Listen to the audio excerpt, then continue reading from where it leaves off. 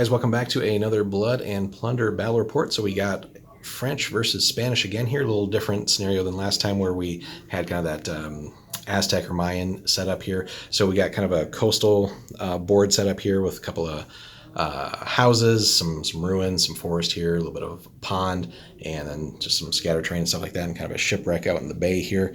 So we're going to be playing encounter scenario, which is basically just kind of setting up in opposite corners and trying to take out the enemy. So on the French side here, we have basically we're running.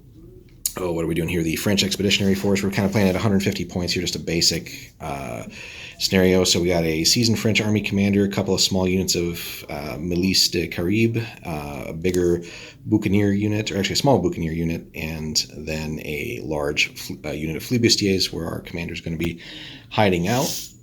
On the Spanish side, again, kind of the same force as last time here. So we're taking Spanish militia. We got a seasoned militia commander, a couple of units here of milicianos at trained, a large lancero unit here, vets on those, 8 of those guys.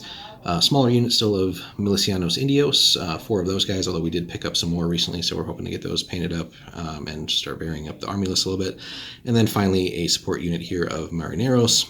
So basically more or less everything we got for the Spanish right now. And again, we'll start picking up some other things down the road, but we're going to get rolling here, and then we'll be back at the end of turn 1. All right, guys, back here at the end of turn 1, so not much happening. Basically just everybody kind of moving up a little bit. So I think most of the combat's going to gravitate here towards the center around one or the other side of the ponds here, or the pond itself. So Spanish got, again, the 1 extra unit in this list, so 5 units on 4. We're spreading out a little bit here on the flank with our, what do we got here? The Buccaneers. So hopefully just line up some good shots. And as always, we got to be cognizant of that large lancero unit, because if they do make it to combat, it's usually a bad time for anybody else. So we'll be back at the end of turn 2 for you guys. All right, guys, end of turn 2 here, and it's definitely already gotten bloody. So we kind of moved up with, again, most of our militia and flibustier unit, and basically had everybody unload on the marineros and killed most of them, although he was quite brave and didn't seem to be bothered by that, so he's only got 1 fatigue. So we'll remove those casualties in a second.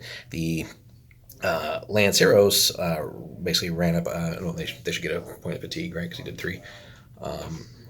But that could be pretty nasty here in a moment if they do end up going first, because we are basically everybody's on reload more or less and has a little bit of fatigue. Some of the milicianos also came up here, so they will maybe pour some fire in. The milicianos indios threw some arrows this way, didn't actually hurt, but caused some fatigue. We basically traded shots up here with our buccaneer unit and the other militia unit, and basically each lost a guy, so they'll be kind of reloading stuff this turn, but this will be probably a decisive turn here, depending on what the Lanceros can get accomplished. So we'll see how things go, but we'll be back at the end of 3. Alrighty, guys, we are back at the end of turn 3, which will be very close to the end of the game here, as I kind of called it. I think this was definitely the decisive turn. Things did not go the way for the French, so as we can see by all the dead bodies that we kind of left here. So the Lanceros decided to let's start over here.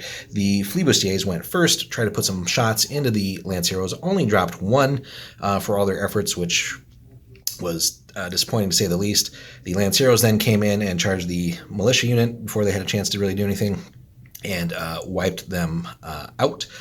Then kind of consolidated. His militia and the lone marinero kind of just came up, didn't really have to do much else. The natives here, and this guy's running away just to represent that, but the natives rained holy hell with just arrow after arrow after arrow on our other militia unit here, and as we can see by the dead bodies, just killed him and fatigued him to death, basically, so he is hightailing it. And kind of the same thing happened over there, too. His smaller miliciano unit basically just took some pot shots and actually killed 2 of our buccaneers, and then they got also basically fatigued, over fatigued, and just are running away. So we are down to our last unit, which is still standing strong here, our flibustiers, but they still have a reload on them, point of fatigue, and we're going to hope to hell that we can go first here and somehow carve a way out of this. It's not looking good here. So we're going to play out turn 4, which will likely be the last turn of the game, and we'll see how things go. Alrighty, guys, we're here at the end of 4, and things have gotten just increasingly bloody. So we managed to take one of the Lanceros down with pot shot, but then they charged in and also killed one of our guys. His Marinero came in as well, and basically the rest of the Spanish are moving up. Natives rallied a little bit just to take off some fatigue, and then things are looking pretty grim here. So we're just going to play it out. I think the French probably would have struck their colors by now, but just to play it out and see how this goes and see how many of the dastardly Spanish we can possibly take with us. So we'll be back at the end of 4. All right, guys, we're here at the end of turn 5. So we did say turn 4 at the end of the last recap, but that was end of 4, and this was 5 now. So basically the Spanish just kept pushing us, and as you can see by the bodies strewn across the beach here, so the poor flibustiers just never really had a chance.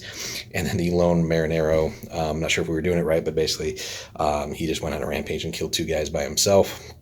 And it's really just the commander and 1 flibustier, which really is now beyond certainly surrender time for the French here. So the Spanish will claim victory here, and still have plenty of their forces. So we really didn't do much this turn. We killed all of like 6 of their guys, but they just got lucky with just really great dice rolls and really just went on a rampage. So definitely a victory to the Spanish here. So not even going to bother scoring it. Really just an absolute massacre. So hope you guys enjoyed. We will have another one here for you soon, and maybe we'll see if we can bring in some other forces at that point. So leave us a comment, guys. Let us know what you thought, and we'll be back in the next one.